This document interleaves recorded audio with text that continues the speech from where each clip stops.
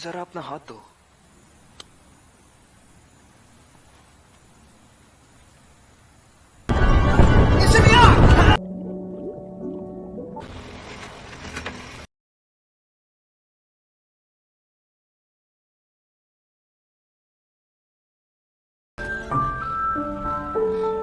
आप तो निशिमिया की আজকের মুভির কাহিনীটা একটি মেয়ের ব্যাপারে যে কিচ্ছু শুনতে বা বলতে পারে না, এবং একটি ছেলের ব্যাপারে যে কিছু শুনতে বা বলতে চায় না। বেশ কনফিউজিং এবং মজাদার গল্প, তাই না? পুরো ওয়ার্ল্ডে ইয়োর নেমের পর সবচেয়ে জনপ্রিয় এই অ্যানিমে মুভিটির নাম এ সাইলেন্ট ভয়েস। মুভিটির কাহিনীটি বেশ ইন্টারেস্টিং এবং লম্বা, তাই এটিকে ছোট করে এক্সপ্লেন করলে আপনারা মুভিটির পুরো মজা নিতে পারবেন না। তাই আমি এই মুভিটিকে দুটি ভাগে বিভক্ত করেছি, যাতে আপনারা এই মিষ্টি প্রেমের গল্পটির পুরো আনন্দ নিতে পারেন। তো চলুন আজ গল্পটির প্রথম ভাগের আনন্দ নেওয়া যাক। মুভির শুরুতে আমরা আমাদের হিরো ইসিদাকে দেখতে পাই, যে ক্যালেন্ডারে মার্ক করছে। পরের সিনে সে নিজের জব কুইট করে নিজের সমস্ত জিনিসপত্র বিক্রি করে দেয়। আর শুধু এই নয়, সে নিজের ব্যাংক অ্যাকাউন্ট থেকে সমস্ত টাকাও বের করে নেয়। মনে হচ্ছে সে অন্য কোথাও শিফট হচ্ছে, কিন্তু না, সে ওই সমস্ত টাকা একটা এনভেলপে ভরে এক মহিলার মাথার কাছে রেখে চলে যায় যখন ওই মহিলা ঘুমাচ্ছিলেন। আর এনভেলপে লেখা আছে, আমি আপনার সমস্ত টাকা ফিরিয়ে দিলাম। সিন চেঞ্জ হয়ে আমরা ইসিদাকে একটা ব্রিজে দেখতে পাই। সেই ব্রিজ থেকে জাম্প করতেই যাবে, এমন সময় আকাশে আতশবাজি শুরু হয়ে যায়, যেটা দেখেও কিছু একটা ভেবে থেমে যায়। আসলে ও নিজের জীবন শেষ করতে যাচ্ছিল।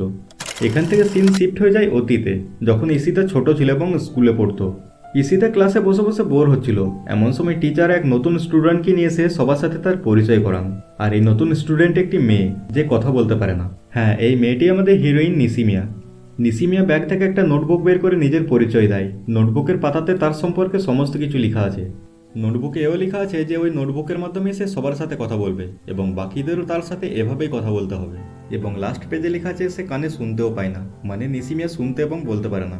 নিশিমিয়ার সম্পর্কে সমস্ত কিছু জেনে ইসিদা সহ পুরো ক্লাস খুবই শকড হয়ে যায়। এরপর লাঞ্চ টাইমে সবাই নিশিমিয়ার সাথে নোটবুকের মাধ্যমে কথা বলার চেষ্টা করে, কারণ সবাই বেশ কৌতূহল ছিল। সিন চেঞ্জ হয়ে এবার ক্লাসে দেখা যায় টিচার কিছু কোশ্চেন নোট করার জন্য বলছেন, কিন্তু যেহেতু নিশিমিয়া কানে শুনতে পায় না, তাই সে চুপচাপ বসে থাকে। তখন পিছন বেঞ্চ থেকে নাও তার নোটবুকে লিখে তাকে সাহায্য করে দেয়। এর পরের ক্লাসটি ছিল মিউজিক ক্লাস, যেখানে সবাই কোরাসে গান করার জন্য লাইন দিয়ে দাঁড়িয়ে আছে। কিন্তু হঠাৎ নিশিমিয়া সময়ের আগেই গান গাওয়া শুরু করে দেয়। পাশে দাঁড়িয়ে থাকা মিকি ওকে চুপ করিয়ে বলে, আমি ইশারা করলে তবেই শুরু করো। পিছন থেকে নাও এসব দেখে বলে ওঠে, এই নিশিমিয়ার জন্য আমরা এবার সিঙ্গিং কম্পিটিশন হেরে যাব। পরদিন স্কুলে টিচার নাওকে দাঁড় করিয়ে রিডিং পড়তে বলেন, কিন্তু সে খুব ভালোভাবে পড়তে পারে না, তাই টিচার তাকে বকাবকি করে বসিয়ে দেয়। এবার টিচার নিশিমিয়াকে দাঁড় করিয়ে রিডিং পড়তে বলেন, কিন্তু নিশিমিয়া জন্ম থেকে কানে শুনতে পায় না, তাই তার আওয়াজ সম্পর্কে কোনো ধারণা নেই, তাই সে স্পষ্টভাবে কথা বলতেও শেখেনি। নিশিমিয়া খুবই অস্পষ্ট উচ্চারণের সাথে পড়তে শুরু করে। শুনে মনে হচ্ছে যেন কোনো সদ্য জন্মানো বাচ্চা রিডিং পড়ছে।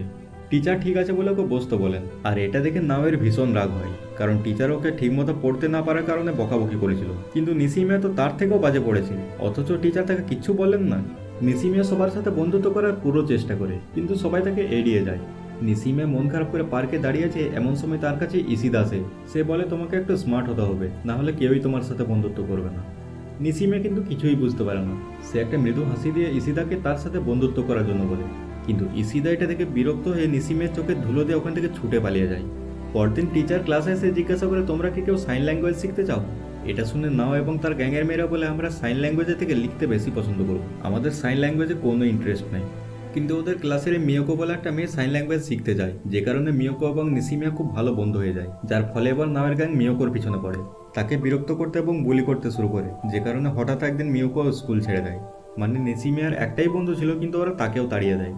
পরদিন ক্লাসে দেখা যায় ইসিদা বোর্ডে কিছু লিখে রেখেছে, যেটা দেখে ওর বন্ধুরা হাসাহাসি করছে। ওখানে আসলে নিশিমিয়ার ব্যাপারে কিছু লেখা ছিল। তখনই সেখানে নিশিমিয়া চলে আসে, কিন্তু ইসিদা বলে, এটা কে লিখেছে কি জানি। এটা বলে সে বোর্ড পরিষ্কার করে দেয়। এর পরিবর্তে নিশিমিয়া বোর্ডে লিখে ওকে থ্যাঙ্কস জানায়। আর নিশিমিয়ার এই সরলতা দেখে ইসিদা ওকে আরও বিরক্ত করতে শুরু করে। একদিন তো সে নিশিমিয়ার কানের মেশিনটা দেখার বাহানা করে নিয়ে ওটা জানলার দিকে ছুঁড়ে ফেলে দেয়। কখনো কানে জোরে চিৎকার করে, কখনো আবার জল ঢেলে দেয়। একবার তো ইসিদা নিশিমিয়ার কান থেকে মেশিনটি ধরে এত জোর টান দেয় যে তার কানে আঘাত পেয়ে রক্ত বেরিয়ে যায়। আর এই কারণে ইসিদাকে পানিশমেন্ট দেওয়া হয় স্কুলে। কিন্তু নিশিমিয়ার সরলতা দেখুন, ও নোটবুকে লিখে ইসিদাকে সরি বলে, কারণ তার জন্য ওকে পানিশমেন্ট পেতে হয়েছে। দোষ করলো কে আর সরি বলছে কে? এটাই তো নিশিমিয়া। আর নিশিমিয়ার এই সরলতার সুযোগ নিয়ে সবাই ওকে বুলি করে। ইসিদা নিশিমিয়ার সরি বলা দেখে ওকে আরও বেশি বুলি করতে শুরু করে। সে এবার নিশিমিয়ার নোটবুক টেনে ছুঁড়ে ফেলে দেয়। নিশিমিয়ার সঙ্গে সঙ্গে ছুটে গিয়ে জলে নেমে যায় নোটবুকটা তুলে আনার জন্য, কারণ ওটা ওর জন্য অনেক ইম্পর্টেন্ট। সিন চেঞ্জ হয়ে আমরা ইসিদাকে ওই একইভাবে জলে দেখতে পাই যেখানে নেসিমিয়া ছিল। এবার ফ্ল্যাশব্যাকে দেখায় যে এটা কেন হয়েছে। সিন শিফটে নিসিমিয়ার নোটবুক জলে ফেলে তার পরের দিনের ঘটনা দেখায়। ক্লাসে নিসিমিয়া অ্যাবসেন্ট। ক্লাসে প্রিন্সিপাল কিছু অ্যানাউন্সমেন্ট করছেন। অ্যাকচুয়ালি নিসিমিয়ার মা কমপ্লেন করেছে যে স্কুলের মধ্যে কেউ তাকে বুলি করছে এবং গত 5 মাসে সে 8টা মেশিন ভেঙেছে। প্রিন্সিপাল খুবই রাগান্বিতভাবে বলেন মেশিনগুলি খুবই দামি, তাই কে এসব করেছে এটা জানতে পারলে তার পরিবারকে ক্ষতিপূরণ দিতে হবে। এটা শুনে এবার ইসিদা ভয় পেয়ে যায়, কারণ তার মা একটা পার্লার চালায় আর তার পক্ষে এত টাকা ক্ষতিপূরণ দেওয়া সম্ভব নয়। ক্লাসের টিচার তো এবার ডাইরেক্ট ইসিদাকেই চার্জ করে ফেলেন যে আমি জানি এসব তুমি করেছো। টিচার ইসিদার সমস্ত বন্ধুদের একে একে দাঁড় করে তাদের কাছে সত্যটা জানতে চায়। এবার ওরা তো ইসিদার বন্ধু, তাই ইসিদা এবার বেঁচে যায়। কিন্তু না, ওর বন্ধুরা সবাই পাল্টি মেরে দেয়। সবাই বলে ওঠে আমরা বারণ করতাম, কিন্তু ইসিদা আমাদের কোনো কথা শুনতোই না। মেয়েরা তো লিটারেলি ভিকটিম কার্ড খেলে মাথা পিছকে দেয়। আসল বন্ধু হলো সেই যে বিপদের সময় বন্ধুর পাশে দাঁড়ায়, কিন্তু ইসিদা বুঝতে পারেনি যে সে দুধ কলাদের সাপ পুষেছে। যাই হোক, এখানে একটা দরকারও ছিল। ফ্ল্যাশব্যাক থেকে প্রেজেন্টে আবার ইসিদাকে সেই একই জায়গায় জলে দেখা যায়। সে জলের মধ্যে বসে আছে এবং তার মাথায় নিসিমিয়ার নোটবুক, যে নোটবুকে নিসিমিয়ার জীবনের সমস্ত ঘটনা লেখা আছে। সিন চেঞ্জ হয়ে দেখা যায় ইসিদা ভেজা জামা কাপড়ে বাড়ি ফিরছে। সিঁড়ি দিয়ে ওঠার সময় ওর মা ওকে পিছন থেকে আওয়াজ দেয়, স্কুল থেকে ফোন এসেছিল, আমি তোমার সমস্ত কুকর্মের কথা জানতে পেরেছি, আমি তোমার মুখে শুনতে চাই, এগুলো কি সত্যি? ইসিদা চিৎকার করে বলে ওঠে হ্যাঁ, এ সমস্ত কিছু সত্যি। আর এটা শুনে ওর মায়ের চোখ জলে ভরে যায়। ইসিতার মা জানায় তারা এক্ষুনি নিসিমিয়ার মায়ের কাছে গিয়ে ক্ষমা চাইবে। রাস্তায় ইসিতা লক্ষ্য করে তার মা ব্যাংক থেকে টাকা তুলছে। সিন চেঞ্জ হয়ে তাদের একটা পার্কে দেখা যায়। ইসিদার মা নিসিমিয়ার মায়ের কাছে ক্ষমা চাইছে এবং তাকে টাকা দিচ্ছে। ইসিদাকে ওর মা ক্ষমা চাইতে বলে, কিন্তু নিসিমিয়ার মা বলে তার আর প্রয়োজন নেই, বলে তারা সাইডে চলে যায় কিছু কথা বলার জন্য। ইসিদা ওখানে বসে বসে অপেক্ষা করতে থাকে। হঠাৎ ইসিদা লক্ষ্য করে পাশে এক জায়গায় নিসিমিয়া পায়রাদের খাবার খাওয়াচ্ছে। এর মধ্যে তার মা এবং নিসিমিয়ার মা ফিরে আসে এবং ইসিদার মা বলে কাল থেকে একদম ভালো ছেলে হয়ে যাও। হঠাৎ ইসিদা লক্ষ্য করে তার মায়ের একটা কানে রিং নেই আর সেই কান থেকে রক্তও বের হচ্ছে। সিন চেঞ্জ হয়ে আবার স্কুলে দেখা যায় যে ইসিদা একসময় বুলি গ্যাংয়ের লিডার ছিল, তারই বন্ধুরা আজ ওকে বুলি করছে। ওকে আর কেউ পছন্দ করে না, দলেও নেয় না, যেন ও খুব বড় ধরনের একটা অপরাধী, যার জন্য ওকে স্কুলের কেউ ক্ষমা করেনি। যদিও তার অপরাধে ওর বন্ধুরাও সমান ভাগিদার, কিন্তু সব দোষ ওর উপর চাপিয়েছে ওরা। একরকমভাবে পাপের প্রায়শ্চিত্ত বলতে পারেন। একদিন ক্লাসে ইসিদা লক্ষ্য করে নিসিমিয়া তার বেঞ্চ পরিষ্কার করছে, আর এটা দেখে ইসিদা নিসিমিয়াকে বাধা দেয়। নিসিমিয়া ওকে দেখে একটা মৃদু হাসি দেয়, আর এটা দেখে তো ইসিদা প্রচণ্ড রেগে যায় এবং নিসিমিয়াকে ধাক্কা মেরে ফেলে দেয় এবং চিৎকার করে বলে তোমার কিছু বলার থাকলে ডাইরেক্ট বলো, এভাবে তাকানো আমি পছন্দ করি না। এভাবে তাদের মধ্যে লড়াই শুরু হয়ে যায়, কিন্তু এবার নিসিমিয়াও চুপ থাকে না। সেও পাল্টে ইসিদার ওপর আক্রমণ করে এবং কিছু বলার চেষ্টা করে, কিন্তু ইসিদা তার কথা কিচ্ছু বুঝতে পারে না। কিছুক্ষণ পর ঝগড়া থামিয়ে ইসিদা তার বেঞ্চে গিয়ে দেখে সেখানে লেখা আছে ইসিদার এখান থেকে চলে যাওয়া উচিত। আর নিসিমিয়া এটা লিখতে দেখে নিয়েছিল, আর ও চায়নি যে ইসিদাও এটা দেখে মন খারাপ করুক, তাই সে ইসিদা আসার আগে বেঞ্চটা পরিষ্কার করছিল। কিন্তু ইসিদা ওকে ভুল বুঝে ওর সাথে ঝগড়া শুরু করে দেয়। পরদিন টিচার অ্যানাউন্স করে দেয় যে নিসিমিয়া স্কুল ছেড়ে চলে গেছে। এরপর সিন চেঞ্জ হয়ে আবার মুভির সেই শুরুতে ফিরে আসে, যেখানে ইসিদা ব্রিজ থেকে লাফ দেওয়ার চেষ্টা করছিল। ইসিদা এখন বড় হয়ে গেছে। সে একদিন স্কুলে গিয়ে সাইন ল্যাঙ্গুয়েজের ক্লাসের বাইরে দাঁড়িয়ে আছে, কিন্তু ভেতরে ঢোকার সাহস পাচ্ছে না। তখনই পাশের রুম থেকে একটি মেয়ে বের হয়, যাকে সবাই নিসিমিয়া বলে ডাকছে। ইসিদা ফিরে তাকাতেই চিনতে পারে, আরে এ তো সেই নিসিমিয়া যাকে সে ছোটবেলায় বুলি করতো। ইসিদা ছুটে গিয়ে নিসিমিয়ার কাঁধে হাত দিয়ে ওকে ডাকে। ইসিদা নিসিমিয়াকে জিজ্ঞাসা করে তুমি আমায় চিনতে পারছো? এর উত্তরে নিসিমিয়া কি বলবে সেটা ভেবে না পেয়ে ওখান থেকে ছুটে পালিয়ে যায়। ইসিদা নিসিমিয়ার পেছনে ছুটে এবং ওকে সেই পুরোনো নোটবুকটা ফিরিয়ে দেয়, যেটা একদিন জলে ফেলে দেওয়ার পর নিসিমিয়া আর খুঁজে পায়নি। পরে সেটা ইসিদা খুঁজে রেখেছিল, তাই তো সেদিন ইসিদাকে জলের মধ্যে দেখা যায়। ইসিদাকে সাইন ল্যাঙ্গুয়েজে কথা বলতে থেকে নিসিমিয়া জিজ্ঞাসা করে তুমি এটা কিভাবে জানলে? ইসিদা উত্তর দেয় আমি সাইন ল্যাঙ্গুয়েজ শিখেছি। নোটবুকটা হাতে পেয়ে নিসিমিয়ার চোখ জলে ভরে যায়। তখন ইসিদা একটা হ্যান্ড সাইন দেখিয়ে ওকে কিছু একটা বলার চেষ্টা করে এবং তাৎক্ষণিক ফিল করে এই সাইন ল্যাঙ্গুয়েজটাই তো নিসিমিয়া তাকে ছোটবেলায় বলতো। মানে এতদিন কেউ তাহলে আমার সাথে বন্ধু করতে চেয়েছিল, আর আমি এটা কোনোদিনও বোঝার চেষ্টাও করিনি। এটা ভাবতে ভাবতে ইসিদা নিজেকে একটা থাপ্পড় মারে।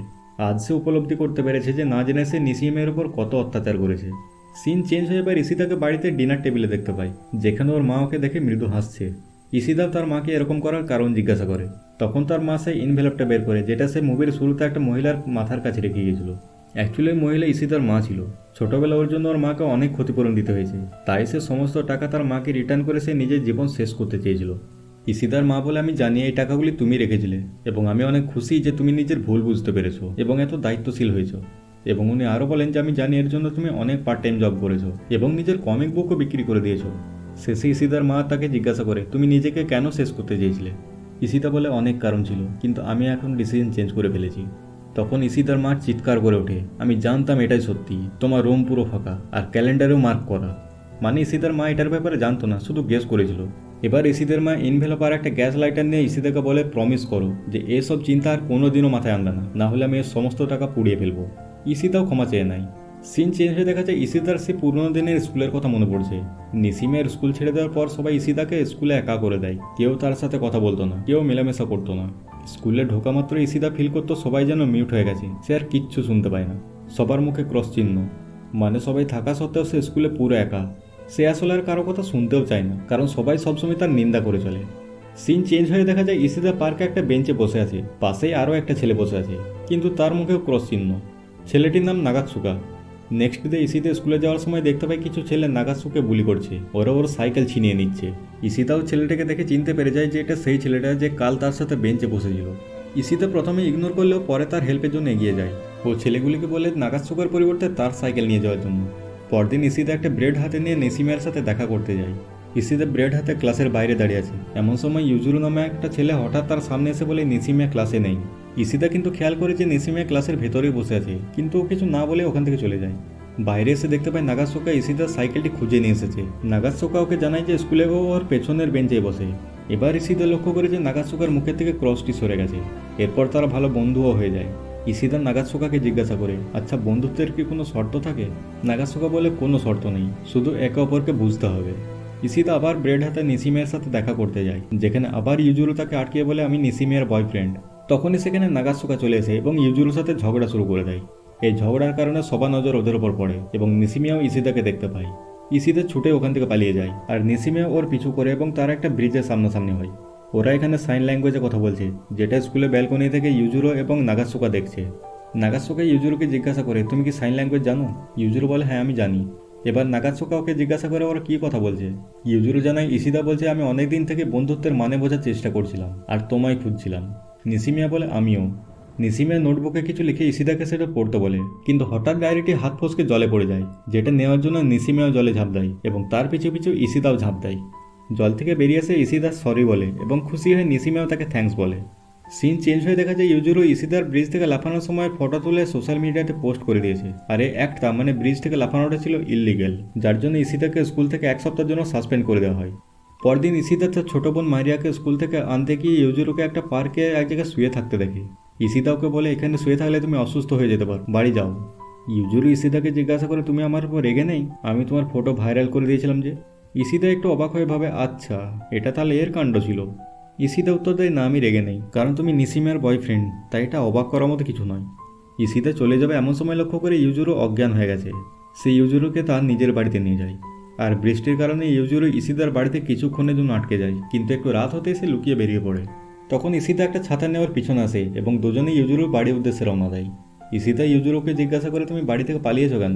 ইউজুরু বলে, আমি না বলে নিসিমের শ্যাম্পুটি ইউজ করে নিয়েছিলাম, এই কারণে আমাদের মধ্যে ঝগড়া হয়ে যায়, তাই আমি বাড়ি থেকে পালিয়ে আসি।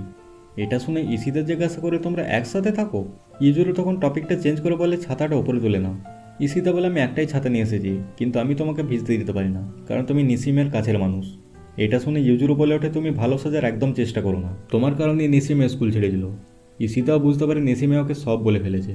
ও এবার আফসোস করতে শুরু করে যে আমি সত্যিই খুব খারাপ মানুষ, আমার বেঁচে থাকার কোনো অধিকার নেই, কিন্তু আমি চাই না নিসিমে আর কখনো আমার জন্য চোখের জল ফেলুক এবং আমি তোমাদের দুজনে মাঝেও আসবো না।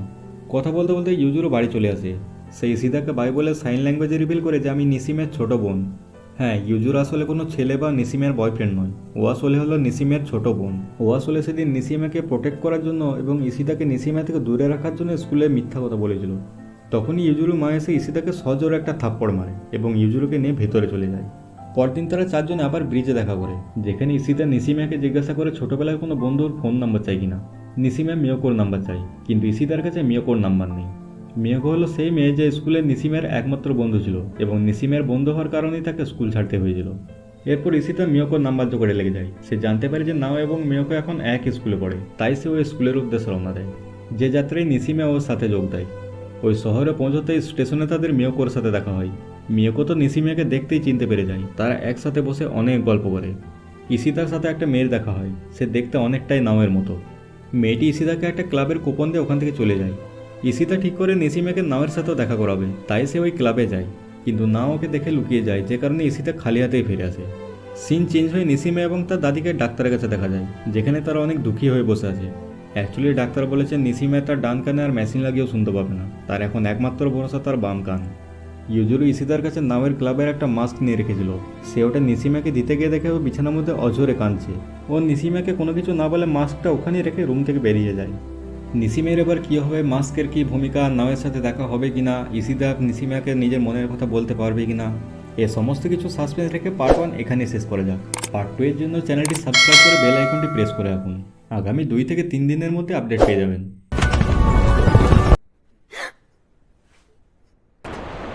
मैं जानता हूँ